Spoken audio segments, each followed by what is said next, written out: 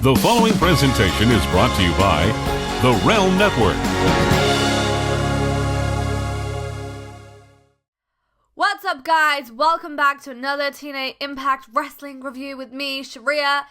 And this week, Impact kicks off with an open challenge issued by the Grand Champion, Aron Rex. And Moose comes out. Now, this match was very short, very just unpredictable. It was just thrown out there, like, whoa, what's happening? And within 1 minute and 45 seconds, Moose becomes the new Grand Champion. Wasn't expecting this. I totally even forgot Aron Rex was a Grand Champion. I even forgot he was, like, with TNA. I even forgot what the Grand Championship was, because that's how irrelevant it is. That's how it's just not important. Like, I would have just preferred if they didn't even introduce this title, and if they didn't even, like, get rid of, like, the King of the Mountain Championship. At least the King of the Mountain Championship was, like, big, and it just made you feel important. Like, the Grand Championship is, like, the size of my hand. My hand's pretty small. I mean, what are you guys' thoughts on that? It's just like, what? Now Moose is a Grand Champion, what does that mean? Is Lashley gonna come after him? Are they gonna have, like, a feud for, like, the Grand Champion? Are they really gonna downgrade Lashley like that? And we haven't even seen Lashley since. And we have DCC. They come out now. There was a voiceover and sound effects used in this segment. I don't know if there was some sound issues and that's why they had to do this, but come on, just get your production in check. Like, invest in some new lights. I mean, you gotta invest in a lot of stuff to, like, improve the Impact Zone, because it's just, I don't even feel like watching it because it's just so bland and it's so dull. There's no effort whatsoever. Like, there's just nothing. It's just, what am I watching? It's like, you might as well just go to, like, your grandma's backyard and just film TNA there. Like, you might as well just do that. I'm sorry. Brother Nero comes out. DCC attack him. Lights go off. DCC's music starts playing. Lights come back on, and Broken Matt is back in the Impact Zone. Then we have the X Division match. Now, this is Team Go For Broke against each other. Whoever wins in this match will become the new X Division champion. Now, they're all friends here. They're all buddies, pals. But, interesting outcome, although DJZ retains the X Division championship. This was the opportunity to turn somebody heel, and so they did. To me, out of all three of them, the only one that looks like a heel to me is Braxton. Mandrews is just, like, too, like, I don't know, we gotta rough him up a bit, because he's just, like, he just looks like such a nice guy. Like, how can he be a heel? But DJZ pinned Mandrews. Mandrews obviously is a bit bitter about that, so he attacks DJZ. I think he kicks him in the leg, and that's where DJZ is apparently injured.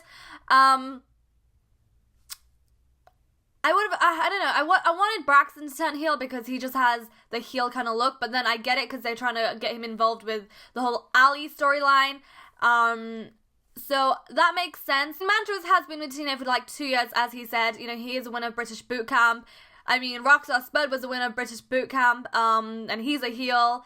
I don't know, probably they could do something together, like Rockstar Spud and Mandrews. It would have made more sense if they were actually touring to the UK in January. In terms of wrestling, the match was okay. There was a few good spots there, but it just didn't feel like the typical awesome X Division match, and I think it's because Trevelyan and Andrew Everett, especially, they both weren't in the match. But it was okay, and we also see Allie backstage with Laurel, and then Maria comes out with Laurel in the ring, calls Allie. Allie slaps Maria, and I love how the Impact Zone were chanting pie face at Maria. So Allie slaps Maria, and then Laurel just attacks Allie. It's just like, they're taking baby steps here, like, just get to it. Like, are we having a match next week, Allie versus Laurel? Come on. Or Braxton should have just came out and, you know, saved Allie. That's, like, I keep saying that. It was just like, whatever. Meh.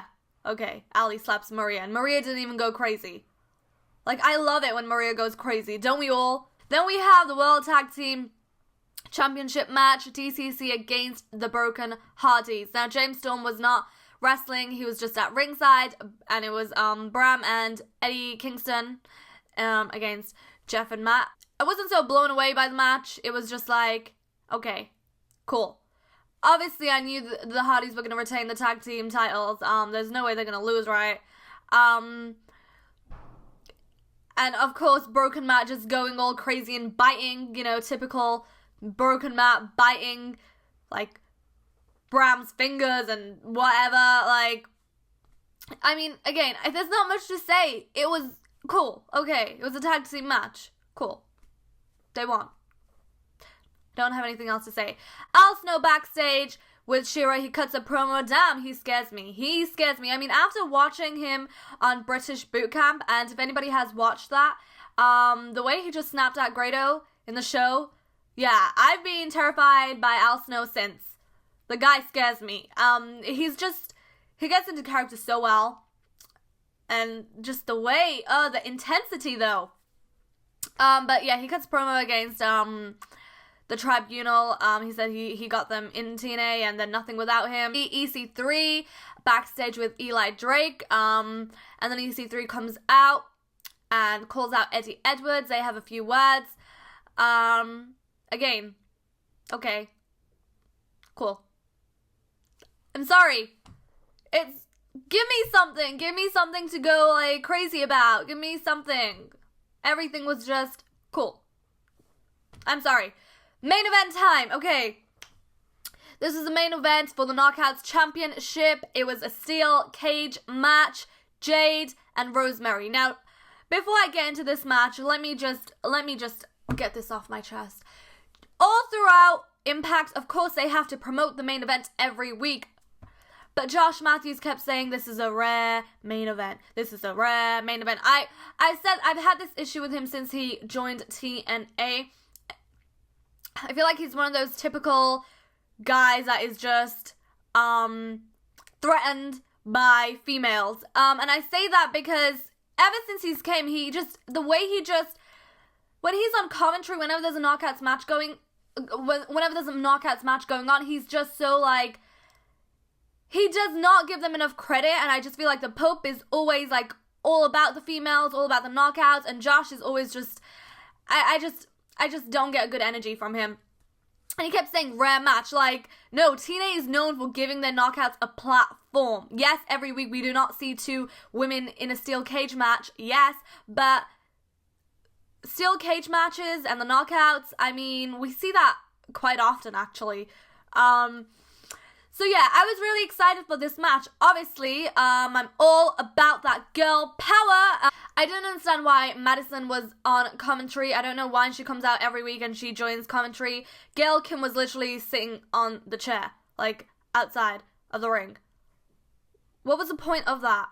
Like, unless she was in the match somehow, like if she got involved in the match, if Rosemary attacked her, or if she helped Jade, that would have made sense. But the fact that she was just doing absolutely nothing, like, she is a TNA Hall of Famer. Like, you're just gonna leave her there, sitting on the chair? Make her join commentary. She should have just been on commentary instead of Madison. Come on. Let's be honest here. It was just a bit unnecessary her being there. What was the point? Match was okay. I was expecting something really special. And of course, when you think of two females in a steel cage match, main eventing the show, you know, everyone, the females are under a lot of pressure, first of all, because everyone is just so judgmental, so doubtful. This match was just lacking in something. But when Jade got on top of the cage and that crossbody, yeah, that definitely was the showstopper. That definitely was, I mean, whoa, that was amazing. I was expecting a bit more from Rosemary too. It was kind of like, Jade is doing the wrestling, Rosemary's playing the character. That's how it felt. I can't really think of a move that really amazed me, or I was like, oh, that was a great thing that they did.